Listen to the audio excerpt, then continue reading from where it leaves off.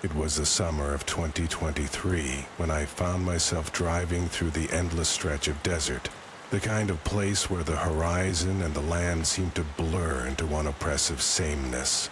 I was on the way to nowhere in particular, having left the comfort of my previous existence behind in search of something undefined. Perhaps freedom, perhaps escape. The midday sun blazed relentlessly, baking the landscape into a mirage that undulated in the distance. My car's air conditioning was struggling and I was losing patience, feeling every mile like another layer of my sanity peeling away. Just as the afternoon threatened to suffocate me with its heat, I came upon Lucky's, a rest stop diner standing alone amidst the desert's stark emptiness. It was an unassuming place, its neon sign flickering sporadically. Lucky's Diner, and below it, the beckoning promise of air conditioning and cold drinks. Grateful for this oasis, I pulled into the gravel lot, dust swirling in the rearview mirror as I parked. Inside, the diner was a contrast to the blazing desert outside. The air was cool, a blessed relief that made my skin prickle. The layout was typical of any roadside eatery. A long counter lined with red vinyl stools and booths stretching along the windows.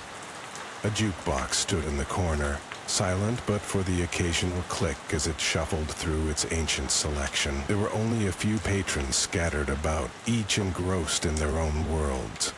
A trucker hunched over his coffee, a couple seated near the back, and a lone woman whose eyes seemed fixed on the nothingness outside.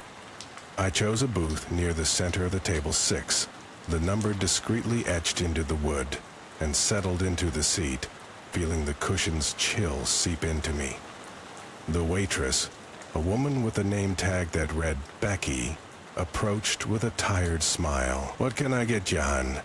Her voice was kind but perfunctory, as if she'd been working at Lucky's for longer than time could register. "Coffee, please. And a menu," I replied, trying to sound more lively than I felt. Becky nodded and shuffled off, returning moments later with a steaming cup and a laminated menu that had seen better days. As I perused the options, I realized I felt strangely at ease here, despite the oddness of the place. The diner seemed to exist in its own pocket of time, untouched by the world outside. But it wasn't long before the first disturbance arrived, subtle and easily dismissed at first. It began with a flicker of the overhead lights, barely perceptible, as if the bulbs were shivering in the cold air. I glanced around, but no one else seemed to notice. A trucker continued to brood over his mug. The couple remained engrossed in their conversation, and the woman by the window still stared into the void. I shrugged off the momentary unease, attributing it to the quirks of an old establishment. Becky returned to take my order, and I chose a simple breakfast, eggs and toast, my usual comfort food in unfamiliar settings. She scribbled in her notepad and disappeared once more into the kitchen, leaving me with the quiet murmurs of the diner. "I expected a drunk," she explained to me with the quiet murmurs of the diner. As I sipped my coffee, I couldn't help but overhear bits of conversation from the couple behind me. Their words were hushed, but distinct phrases floated over. Lost, can't find, and never the same. It was nothing out of the ordinary, yet the tone carried a weight that I couldn't ignore. I found myself listening more intently, but their voices soon fell into a lull, leaving me with nothing but the quiet clinking of cutlery and the soft hum of the air conditioning. The flickering lights became more pronounced, each blink lasting a fraction longer than the last. I set my cup down, watching the shadows dance across the tabletop. It was then that I noticed something peculiar about table 6. The wood grain seemed to shift under the changing light, forming patterns that were almost like faces. It was subtle, like shapes seen in clouds, but I couldn't shake the feeling that those were eyes, gazing up at me, ancient and knowing. I blinked hard, shaking off the illusion as Becky returned with my food. She set the plate before me with a practiced efficiency, her eyes meeting mine just briefly enough to sense my unease. "Everything all right, hon?" she asked, genuine concern softening her voice. "Yeah, just been on the road too long, I think," I replied, forcing a smile. Becky nodded as if she understood exactly what I meant and left me to my meal. As I ate, the rest of the diner seemed to sink further into a surreal quiet. The trucker left, his departure barely noticed amidst the strange calm that had settled over Lucky's. The couple's conversation resumed, but their words were muted, fading into the background noise like an incomprehensible mantra. The woman by the window had not moved. Her stillness was unnerving, like a mannequin posed to watch the world outside. I had finished my meal and was contemplating another cup of coffee when the atmosphere shifted again. This time, it was not the lights, but the very air that seemed to thrum with energy. A subtle vibration ran through the diner, like a low hum felt more than heard. I glanced around, seeking confirmation of this sensation, but the others remained oblivious, caught in their own realities. It was then that I noticed the jukebox, its lights flickering to life as if awakened from a long slumber. A mechanical clatter echoed through the diner as it cycled through its selections. Then, without warning, it began to play a song, not one I recognized, but a haunting melody that seemed to seep into the very walls, resonating with the hum beneath my skin. The air felt charged, almost electric, and my breath caught in my throat. Drawn by an inexplicable compulsion, I rose from my seat and approached the jukebox. Its presence, magnetic and commanding, the song played on, melodies intertwining in a way that was both beautiful and unsettling. I reached out tentatively, fingers brushing against the cool metal surface, and felt a shiver run through me. In that moment, I sensed a shift in the diner around me. The other patrons remained as they were, yet the air was thick with a presence I couldn't define. It was as if the diner had become a vessel, a liminal space where the boundaries between reality and something else had blurred. I turned back to my table, and my heart skipped a beat. Table 6 was no longer empty. Seated there was a man, his appearance both strikingly familiar and yet entirely alien. His eyes were deep pools of shadow, reflecting nothing and everything at once. He regarded me with a calm intensity, as if he had been expecting me all along. I hesitated, caught between the urge to flee and the need to understand. The man's presence was both comforting and terrifying, a paradox I could not reconcile. He gestured to the seat opposite him, an invitation as unspoken as it was compelling. I returned to the table, sitting down across from him with a sense of inevitability. The hum of the diner seemed to recede, leaving only the haunting strains of the jukebox. And the man's steady gaze. "Who are you?" I asked, my voice a whisper that barely reached my own ears. The man smiled, a slow, enigmatic curve of his lips. "A traveler like you," he replied, his voice a low murmur that echoed through the strange emptiness around us. "This place, it draws those who are lost, those seeking something beyond themselves." "Lost?" I echoed, the word heavy on my tongue. He nodded, his gaze unwavering. "You felt it, haven't you? The pull of the road, the call of the unknown? Lucky's is a waypoint, a crossroads where paths converge and diverge." I wanted to deny it, to dismiss his words as nonsense, spun from fatigue and heat, but deep down I knew there was truth in what he said. The desert had always seemed a place of transformation, a landscape where the soul could be stripped bare, leaving only the essence to be seen. "But why me?" I asked, unable to tear my eyes from his. Because you are seeking, even if you don't know what it is you're looking for, he replied simply. We all are, in our own way. The jukebox played on, its melody weaving around us like a tapestry of sound. I felt my resolve waver, the certainty I had clung to dissolving in the face of this strange encounter. What happens now? I asked, the question as much for him as for myself. He leaned back, fingers tapping a rhythm on the table that matched the song's cadence, and depends on you.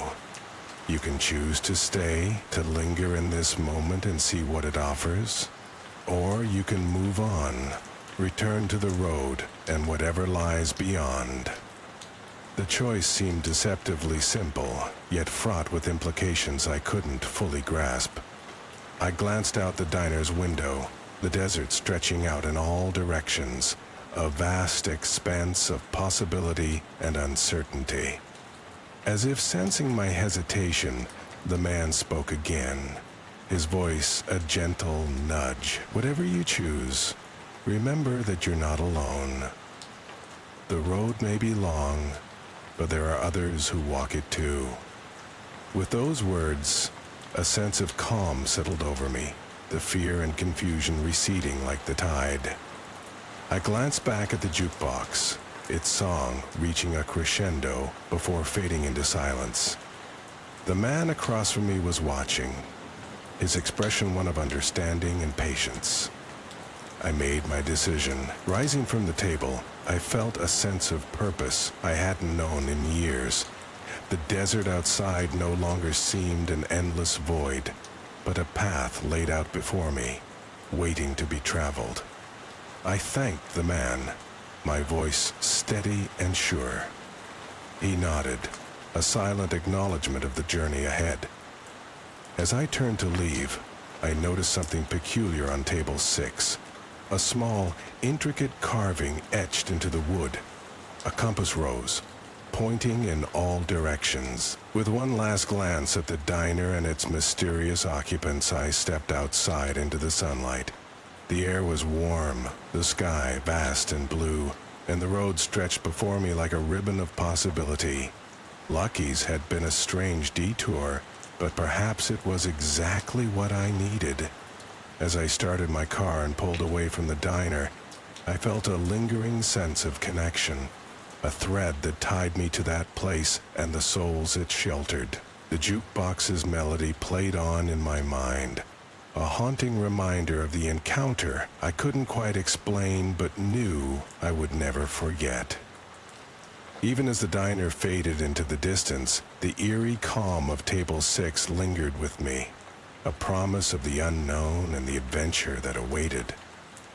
And while the road ahead was as uncertain as the desert itself, I drove forward with a newfound resolve, the presence of Lucky's a beacon in the vast emptiness, guiding me toward whatever lay beyond. The Lone Star Diner was one of those places you only found on long stretches of desolate highway, the kind of establishment that seemed to exist just beyond the reach of time and space. It sat on the road from Carson City to Reno, a fading beacon of neon perched amongst the barren landscape of Nevada's high desert. Its sign flickered intermittently, casting a pale blue light over the gravel parking lot, dotted with a few dusty vehicles. The dim glow from inside the diner provided refuge for weary travelers, a place where they could pause, if only for a moment, to escape the monotony of the endless road. I found myself there one evening as the sun dipped below the horizon, painting the sky with hues of orange and red that gradually transitioned to the deep violet of night. The day had been long, the road unyielding, and the prospect of a hot meal and a cup of coffee was irresistible. The bell above the door jingled softly as I stepped inside, greeted by the comforting aroma of greasy food and strong coffee. The diner was nearly empty, save for a couple of truckers huddled at the counter and a tired-looking waitress who offered a wan smile as I took a seat in one of the booths. The clatter of dishes and the low hum of the refrigerator created a soothing backdrop, and I allowed myself to relax, welcoming the sense of normalcy that the familiar setting provided. Yet, as I perused the menu, the feeling of being watched crept over me, subtle but undeniable. I glanced up and met the eyes of a stranger seated across the diner.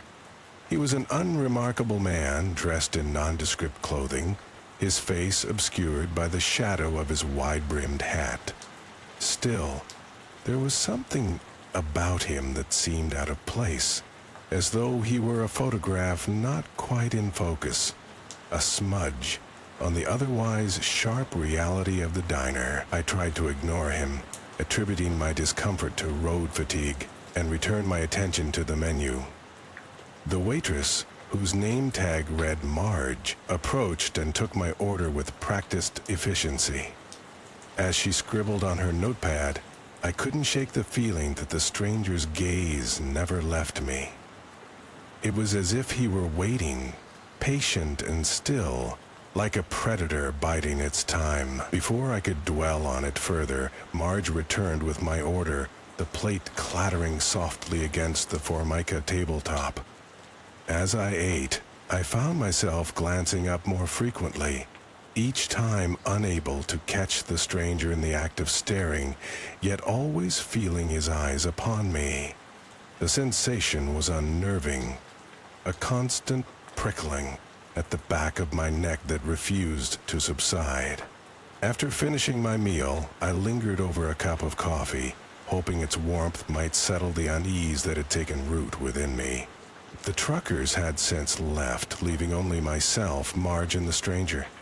The diner felt more isolated now, the silence punctuated only by the occasional clink of a spoon against ceramic or the distant rumble of a passing truck.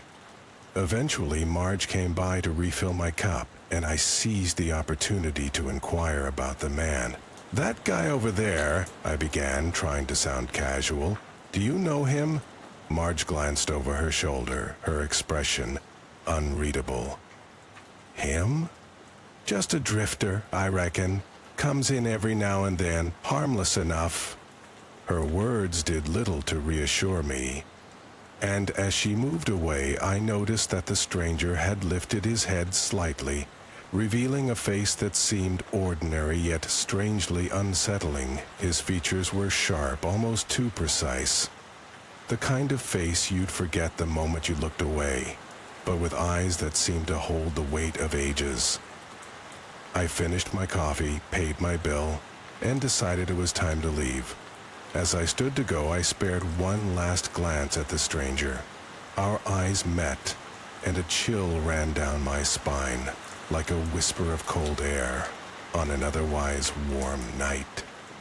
I hurried out of the diner, the bell above the door jangling in my wake. The parking lot was silent, the desert night stretching out endlessly in every direction.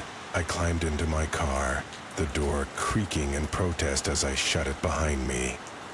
As the engine roared to life, I took one last look at the diner, my eyes drawn inexorably to the window where the stranger had been seated. He was gone. A sense of relief washed over me as I pulled out onto the highway, the rhythmic hum of the tires on asphalt a comforting melody. Yet, as the miles rolled by, the unease lingered, a shadow in the corner of my mind that refused to dissipate. I found myself glancing in the rearview mirror more often than necessary, half expecting to see the stranger's face peering back at me. The road stretched on, a ribbon of darkness flanked by the desolate beauty of the desert. The stars above were sharp pinpricks of light, watching silently as I drove, their brilliance untainted by the glow of city lights. Despite the solitude, I couldn't shake the feeling that I wasn't alone, that somehow, impossibly, the stranger was with me. Hours passed, the monotony of the journey broken only by the occasional road sign or passing vehicle. As fatigue began to gnaw at the edges of my consciousness, I decided to pull over at a rest stop, my eyelids heavy with the promise of sleep. The parking lot was deserted, the only illumination provided by a single dim bulb flickering above the restroom entrance. I reclined the seat, wrapping my jacket around myself in a makeshift blanket, and closed my eyes. The silence was profound, the kind that enveloped you like a shroud, and soon I drifted into an uneasy slumber. It was the sound that woke me, a soft but distinct scraping, like fingernails trailing across metal. My heart thudded in my chest as I sat up, blinking against the darkness. The sound came again, a whisper of movement outside the car, accompanied by the unmistakable sense of being watched. Through the windshield, I could see nothing but the empty expanse of the parking lot, the shadows deep and impenetrable. Yet the feeling persisted, gnawing at my nerves, and I knew with an unsettling certainty that I was not alone. I fumbled for the ignition, the keys cold against my trembling fingers. The engine spluttered to life, and I flicked on the headlights, the beams slicing through the darkness. For a moment, all was still, the desert silence save for the throbbing of the engine. And then I saw him, standing at the edge of the light, just beyond the reach of the beams, was the stranger from the diner. His presence was as unnerving as it had been before, a distortion in the fabric of reality that made the air around him shimmer. He stared at me, his eyes dark and fathomless, and I felt the weight of his gaze settle upon me like a physical force. Panicked, I threw the car into gear and sped away, the tires kicking up a spray of gravel as I fled into the night. The road unfurled before me, a path to salvation, and I drove with a newfound urgency, the fear lending wings to my flight. In the rearview mirror, the darkness seemed to pulse, an animate thing that pursued me with relentless determination. Despite the distance I had covered, the sense of being followed was unshakable, the stranger's presence a constant specter in my mind. The minutes stretched into hours. The road, a never-ending loop that twisted and turned through the desert landscape. I drove until the first light of dawn began to creep over the horizon, the sky softening from black to indigo, and still, the unease clung to me like a second skin. Finally, exhausted and desperate, I pulled off the highway onto a dirt road, leading to a small cluster of buildings, hoping for some semblance of safety.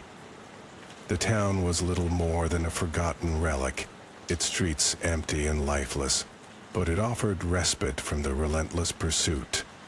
I parked in front of an old gas station, the structure weathered and worn by time. The air was still, the world suspended in the moment before sunrise, and for the first time since leaving the diner, I felt a glimmer of hope. As I sat there, the weight of my exhaustion pressing down on me, I noticed movement in the rearview mirror. Slowly, almost imperceptibly, the shadows began to coalesce, forming a shape that was both familiar and alien.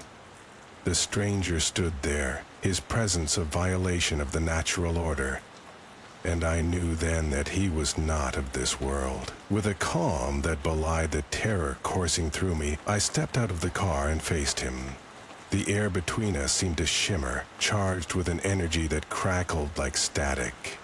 Despite the fear, a strange sense of clarity washed over me, and I realized that this confrontation was inevitable.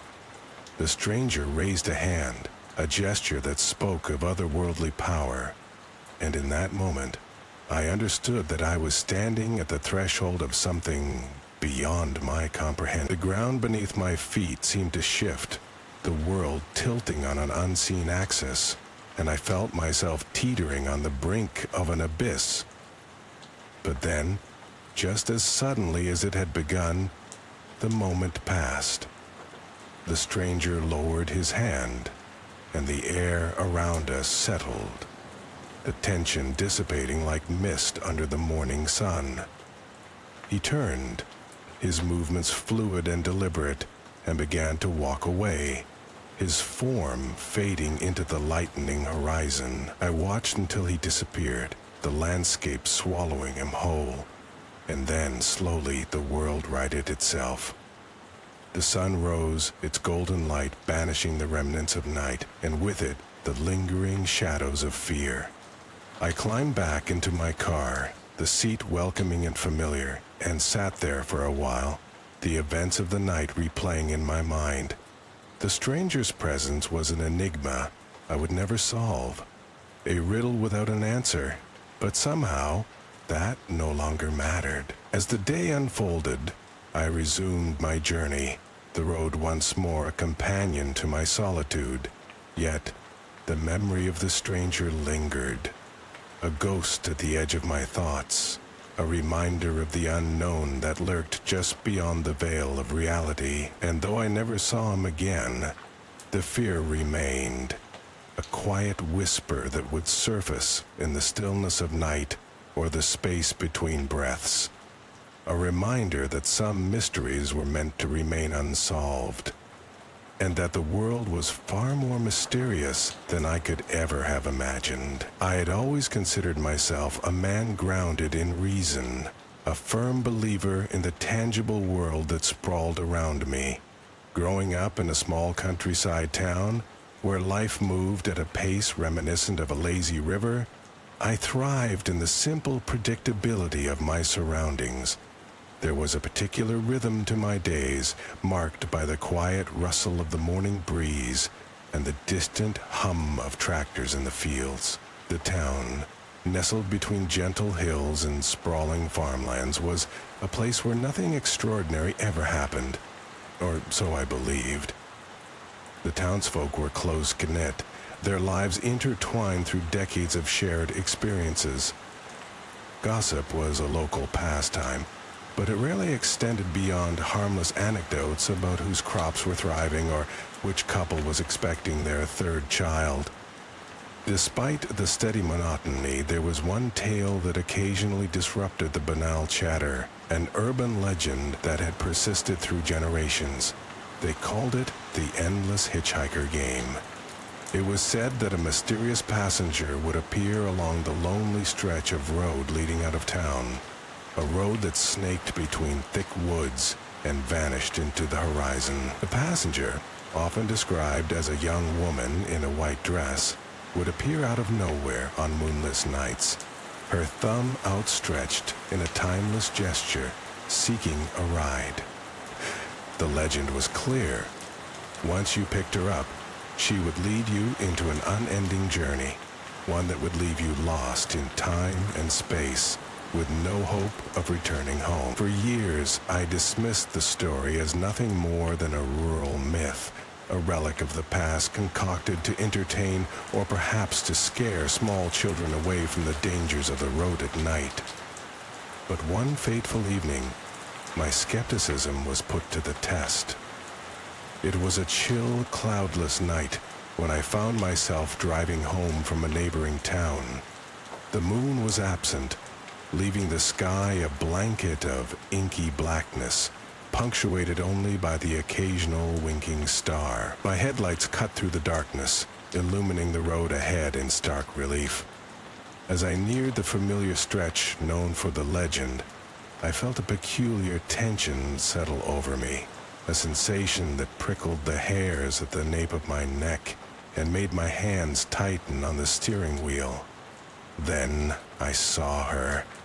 She stood at the side of the road, exactly as described, a lone figure in a white dress, her form ghostly in the dim light. Her features were indistinct, shrouded in shadow, but there was something compelling about her presence, an inexplicable magnetism that drew me in. Against my better judgment, I slowed the car and pulled over. As she approached, I rolled down the window, a part of me still entertaining the notion that this was some prank or misunderstanding. Her voice when she spoke was soft and calming, yet it carried with it a weight that made my skin crawl. "Thank you for stopping," she said, her eyes reflecting the faint glow of the dashboard lights. "Could you give me a ride?" I hesitated, a small voice in the back of my mind urging caution. But before I could articulate a refusal, I found myself nodding. She opened the door and slid into the passenger seat, bringing with her a chill that seeped into the warm interior of the car. As I resumed driving, an unsettling silence settled between us. She offered no explanation for her presence, nor did she ask where I was headed. Instead, she gazed out the window at the passing scenery, her expression one of serene contemplation. I stole glances at her, noting her delicate features and the way her hands lay still on her lap, like a porcelain doll's. The night seemed to stretch interminably, the road unspooling like an endless ribbon before us. Every familiar landmark had vanished, replaced by an unchanging landscape that bore no resemblance to any place I knew. Time itself seemed to have slipped away, leaving me adrift in a liminal space where past and future had no meaning. "Are you lost?" I asked, the question emerging more as an attempt to pierce the silence than out of genuine curiosity. She turned her gaze to me, her eyes reflecting a depth unfathomable. "We are where we need to be," she replied enigmatically, her lips curling into a faint smile. Her words, cryptic and unsettling, sent a shiver down my spine. It was then that I realized something was not right. Not with the road, not with the time, and certainly not with her. Yet, despite the mounting dread, an inexplicable force compelled me to keep driving, as if her presence had ensnared my will. With every mile, the air grew thicker, charged with a tension that vibrated in my very bones. The darkness outside pressed against the car, a tangible entity that seemed alive with sinister intent. The road, once familiar, had become a serpent coiling into the abyss, with no end in sight. Panic clawed at my insides, yet I drove on, unable to break free from the path we were on. My questions met with silence, and my attempts to turn back were met with an invisible barrier, a force that bound us to our course. The evening spiraled into an eternity of unease, punctuated by the occasional murmurs of her voice, a melody that was both soothing and foreboding. Each time she spoke, her words echoed with a resonance that lingered long after, embedding themselves in my mind like a forgotten dream. At some point, I lost track of where the road ended and the night began. The only constant was the woman beside me, her presence a paradoxical blend of comfort and terror. It was as if she was a guardian of this enigmatic realm, guiding me deeper into its depths. Eventually, the tension reached its zenith. The darkness around us pulsed with an unnatural life, and the car seemed to move of its own volition, as though responding to the whims of an unseen puppeteer. My heart pounded against my ribs, a drumbeat of fear that reverberated through my entire being. Then, without warning, she spoke once more, a single phrase, whispered with the gravity of a prophecy. "We are almost there." Her words struck me like a thunderclap, and in that moment, the illusion shattered. The road, the night, the car, all dissolved into an endless void, and I was left suspended in a space that defied comprehension. But she remained, her presence a beacon of calm amidst the chaos, her eyes meeting mine with a knowing gaze. And just as suddenly as it had begun, the journey ended. I awoke in my car, parked at the edge of town, the first light of dawn creeping over the horizon. My mind was a whirlwind of confusion and disbelief, memories of the night before swirling like mist in the morning air. There was no sign of her, no evidence of the otherworldly voyage we had embarked upon. Only the lingering chill within the car served as a reminder of her presence. As I drove home, the familiar landmarks returned, and the world resumed its ordinary pace. Yet, something had changed. An indelible mark left upon me, a shadow that followed me wherever I went. The legend of the endless hitchhiker game was no longer just a story. It was a reality that had etched itself into the fabric of my existence. I never spoke of that night to anyone, fearing the skepticism and ridicule that would surely follow. But in the quiet moments of solitude, when the night stretched long and the shadows deepened, I felt her presence, a whisper at the edge of perception, a reminder that the ordinary world I clung to was but a facade. The fear lingered, a constant companion in the back of my mind. It was not the fear of her return, for I knew she was bound to that lonely road and its eternal game. No, it was the fear of the unknown, of the reality that lay beneath the surface of my understanding. The fear that, at any moment, the veil might lift once more, and I would find myself drawn back into the endless night, a passenger in a journey without end. The Texas sun had begun its descent, painting the sprawling sky in hues of orange and pink, the vastness of it all making me feel small and insignificant. I was driving down a winding back road in central Texas, the kind that seemed endless, stretching like a serpent through the barren landscape. My old pickup rumbled along, the sound comforting in the quiet of the evening. I had taken to driving these roads for the solitude they offered, a chance to escape the noise of life and find a semblance of peace. The radio played softly, a country tune about lost love and whiskey, stories as old as time themselves. The air was warm, the kind of comforting warmth that feels like a gentle embrace. As the miles slipped by, I felt the calm wrapping around me like a favorite blanket. It was a world of my own, with nothing but the endless road and the whisper of the wind across the plains. The simplicity of it was almost meditative, each mile bringing a deeper sense of tranquility. Then, I saw him. A figure by the side of the road, arm outstretched, thumb pointing skyward. A hitchhiker. He was an unusual sight out here in the middle of nowhere, where the only travelers were those who knew this road well enough to navigate it blindfolded. Curiosity piqued, I slowed down and pulled to a stop beside him. He was tall, with a rugged face that had seen too many Texas summers, his skin tanned and etched with lines.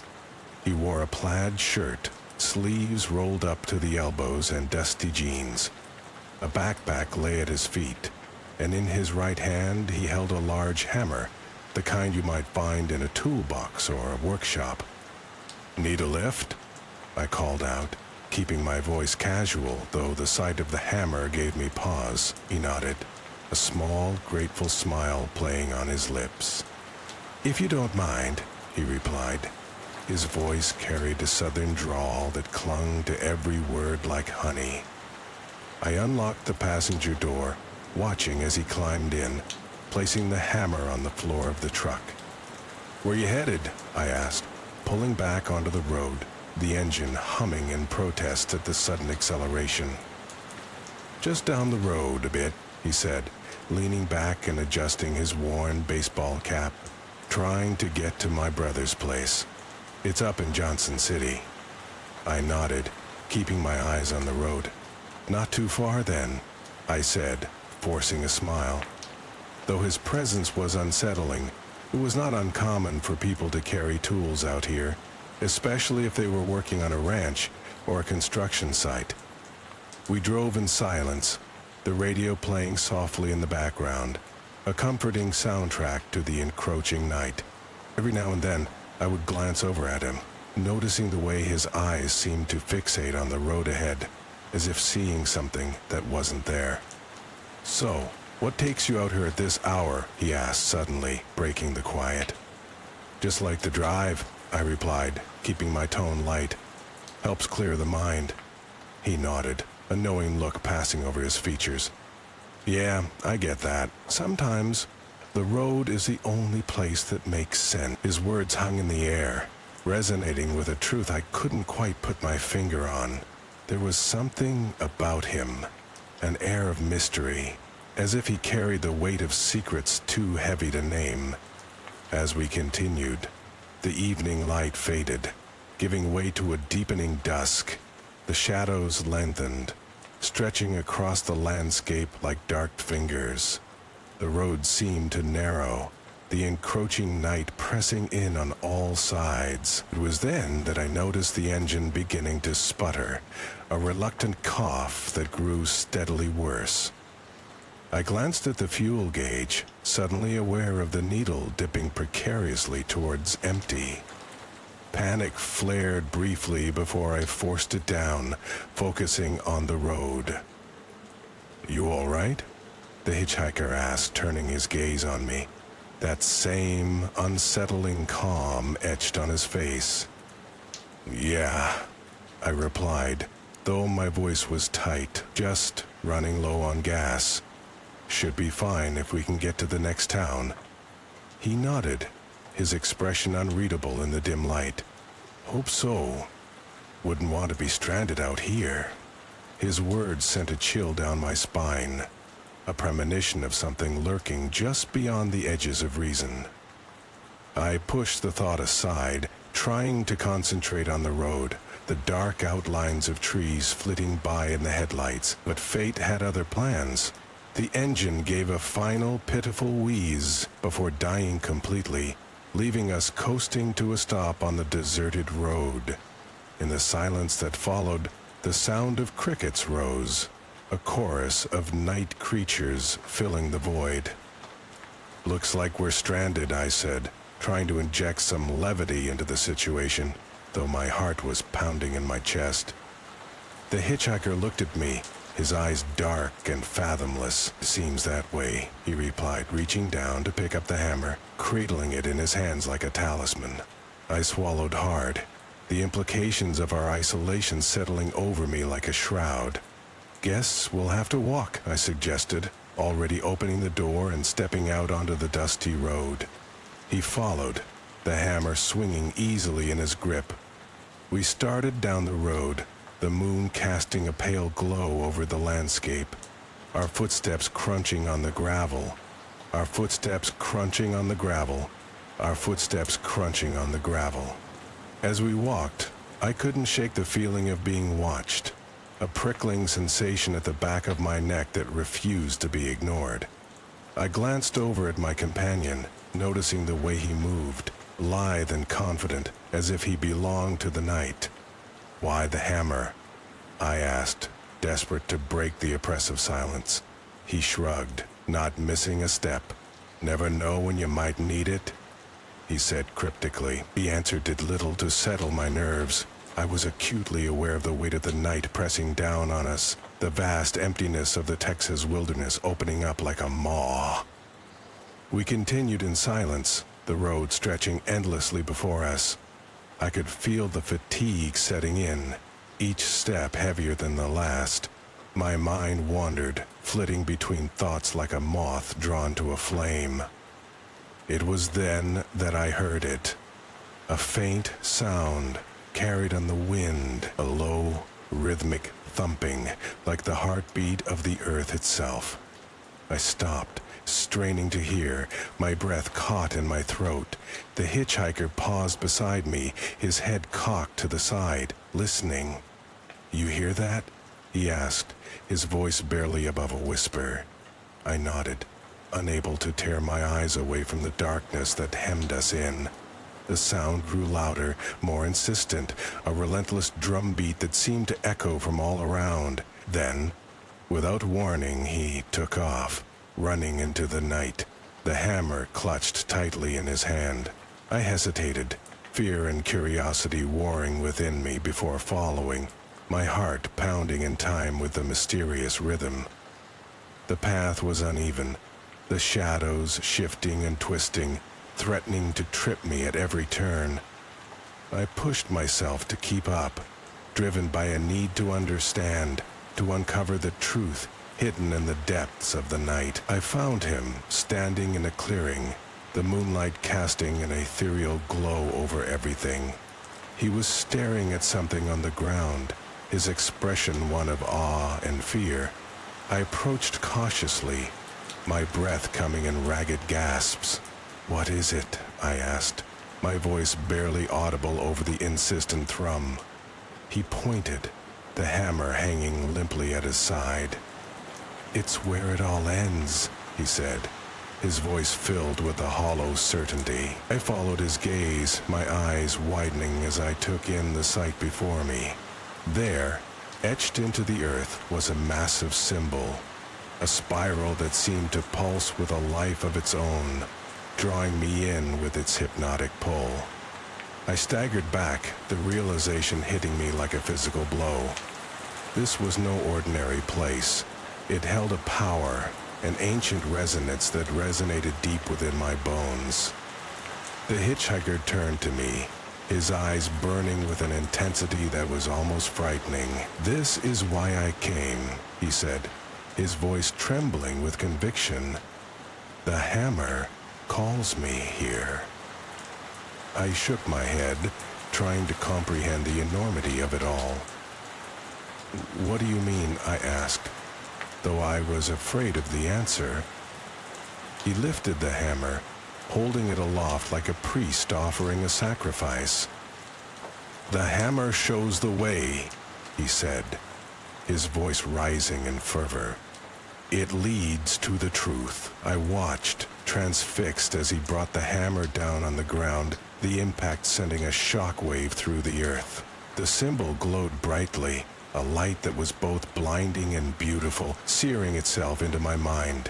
In that moment I understood. The hitchhiker, the hammer, the symbol, they were all connected, threads woven into the fabric of something far greater than myself. A story older than time, hidden beneath the surface of the mundane. But as quickly as the light flared, it was gone, leaving us in darkness once more. The hitchhiker lowered the hammer, his expression weary but satisfied. "It's done," he said, turning away from the symbol. I stood there, rooted to the spot, the enormity of the experience washing over me.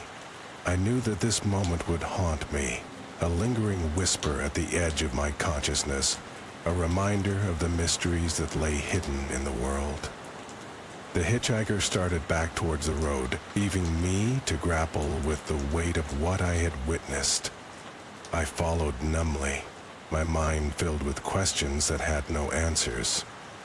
We reached the road, the dawn beginning to break, casting a soft glow over the landscape. The hitchhiker turned to me, a faint smile on his lips. "Thanks for the ride," he said, before continuing on, the hammer swinging at his side. I watched him go, his figure growing smaller with each step until he was swallowed by the horizon. I stood there, the road stretching out before me, the world slowly waking around me. The drive home was a blur, my mind replaying the night's events, searching for meaning in the chaos. The hammer, the symbol, the hitchhiker, they were all pieces of a puzzle I couldn't hope to solve, but the fear remained, a quiet, insistent presence that refused to be ignored. It whispered to me in the silence, a reminder of the darkness that lurked just beyond the edges of the familiar. I knew that I would return to those roads, drawn by the pull of the unknown, the promise of discovery, but I would never look at the landscape in the same way again. It held secrets, hidden beneath the surface, waiting to be uncovered by those brave enough to seek them out. And so, the fear lingered, a shadow that followed me, whispering of the mysteries that lay in wait, just beyond the reach of the rational mind. Route 50, the so-called loneliest road in America, stretched out before me like a thin ribbon of asphalt through the barren landscape of central Nevada. It was a desolate place, flanked by vast, empty stretches of sagebrush and the occasional silhouette of distant mountains. The sky above was a deep, endless black, speckled with stars that seemed to flicker in and out of existence, much like the thoughts that flickered through my mind. This road had been my companion for many miles, its solitude both a comfort and a burden, as my headlights cut through the oppressive darkness. I had always found solace in the rhythm of the road, in the predictable hum of the engine, and the steady cadence of the tires on pavement. Yet, on this particular night, a sense of unease gnawed at the edges of my consciousness. Perhaps it was the way the wind whispered through the cracks in my car's windows, or the way the landscape seemed to shift imperceptibly, like a living, breathing entity. Whatever it was, it settled in my stomach like a stone, refusing to be ignored. As I drove, I became acutely aware of the absence of other vehicles. Route 50 was notorious for its isolation, but there was something unsettling about being the only car on the road for miles on end. The night seemed to press in around me, thick and impenetrable, and the shadows played tricks on my eyes. I could almost imagine figures lurking at the edges of the road, watching me pass with silent, inscrutable eyes. It was then that I first noticed the lights in my rearview mirror. 2 pinpricks of brightness, distant yet unmistakable, bobbing along the horizon like a pair of ethereal fireflies. At first, I welcomed the sight, relieved to know that I was not alone on this forsaken stretch of road. But as the minutes ticked by and the lights grew closer, their unwavering intensity began to unsettle me. They seemed to gain on me with an unnatural speed, as if defying the very laws of physics. I told myself it was nothing, just another traveler on this lonely highway, eager to reach their destination. Yet a whisper of doubt persisted in the back of my mind, growing louder with each passing second. There was something peculiar about those lights, something that defied explanation. They flickered with an almost sentient awareness, as though they were not merely the headlights of another vehicle, but something far more sinister. As the lights drew nearer, I felt an inexplicable need to maintain my distance. I pressed down on the accelerator, pushing my car to its limits, but no matter how fast I went, the lights continued their relentless pursuit. Panic began to set in, a primal, instinctual fear that clawed at my insides.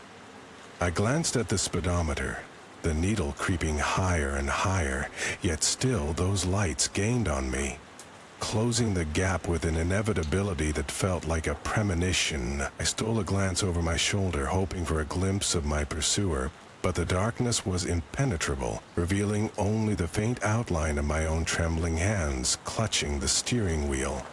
The road stretched out endlessly ahead, and the lights, now so close that they bathed the interior of my car in an eerie glow, seemed to pulse with a malevolent energy. And then, as suddenly as they had appeared, the lights vanished. One moment they were there, a menacing presence dogging my every move, and the next they were gone, swallowed by the night. Relief washed over me, leaving me breathless and shaking, my heart pounding in my chest like a caged beast. I let out a ragged breath, trying to calm the storm of emotions that raged within me. I told myself it was over, that whatever strange phenomenon had occurred was behind me now. But deep down, I knew that something had changed. That the road I traveled was no longer the familiar stretch of asphalt I had traversed countless times before. There was a darkness here that I could not shake, an unseen force that watched and waited, biding its time. I continued driving, the landscape an endless blur outside my window, the road unspooling before me like a ribbon of fate. My thoughts were a jumble of confusion and dread, each mile taking me further into the unknown. Hours passed, or perhaps only minutes. Time had lost its meaning in this strange, liminal world. I was adrift in a sea of uncertainty, my only anchor the persistent hum of my engine and the rhythmic thump of my tires on the road. And then, without warning, the lights returned. They flared to life behind me, brighter and more insistent than before, a haunting reminder of the terror I had tried to escape. This time, there was no doubt in my mind. These were not the headlights of another vehicle. They were something else entirely, a manifestation of the deep, unnameable fear that had taken root in my soul. I felt the full weight of their gaze upon me, a palpable pressure that pressed against my skin and seeped into my bones. I was trapped, ensnared by forces I could not comprehend, caught in a dance with a partner I could neither see nor understand. In that moment, I understood that I was not alone on this road, that the darkness held secrets beyond my imagining. The lights were my constant companions, guiding me along a path I had not chosen, weaving threads of destiny that bound me to a fate I could not escape. Desperate to break free, I veered off the road, the car lurching as it skidded across the gravel shoulder. But even as I fled, the lights pursued me, implacable and unyielding, like a specter that refused to be shaken. I drove with no destination, no plan, only the instinctive urge to survive propelling me forward. The landscape blurred into a surreal nightmare, a hallucinatory vision of reality distorted by fear and exhaustion. In the distance, I saw the outline of an old abandoned gas station, a relic from another era. Its rickety sign swung lazily in the wind, casting flickering shadows that danced eerily across the cracked pavement. With a heart full of trepidation, I pulled into the lot, the headlights of my pursuer still glaring behind me. I stumbled from the car, my legs weak and unsteady beneath me, and approached the building with a mix of dread and hope. The lights behind me dimmed, but did not disappear, their presence a constant reminder of the unseen forces that had led me here. The gas station was silent and empty, its windows darkened and lifeless. I hesitated at the threshold, feeling the weight of history and memory pressing down upon me. There was something here, something old and powerful, that resonated with the ancient energy of the land. Inside, the air was stale and musty, heavy with the scent of dust and decay. I explored the space cautiously, my footsteps echoing in the silence, as if the very walls were holding their breath. The shelves were barren, the counters covered in a fine layer of dirt, a testament to years of neglect. And yet there was something else here, a presence that defied explanation. I felt it in the very air, a whisper of movement at the edge of my perception, a shadow that danced just beyond the reach of the flickering fluorescent lights. I turned, and there they were, the Midnight Riders. Not people, not creatures, but something else entirely. They were shadows made flesh, figures that flickered in and out of existence like ghosts trapped in a loop of time. Their forms were indistinct, shifting and undulating as if woven from the very fabric of night itself. They watched me with eyes that gleamed like polished obsidian, eyes that held the weight of ages and the promise of secrets I could never fathom.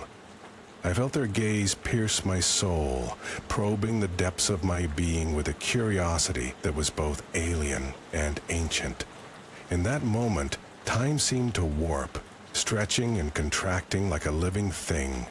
The world around me faded into a haze, and all that remained were those eyes, holding me captive in their unyielding stare. A tide of emotions washed over me. Fear, awe, understanding, each one more profound than the last.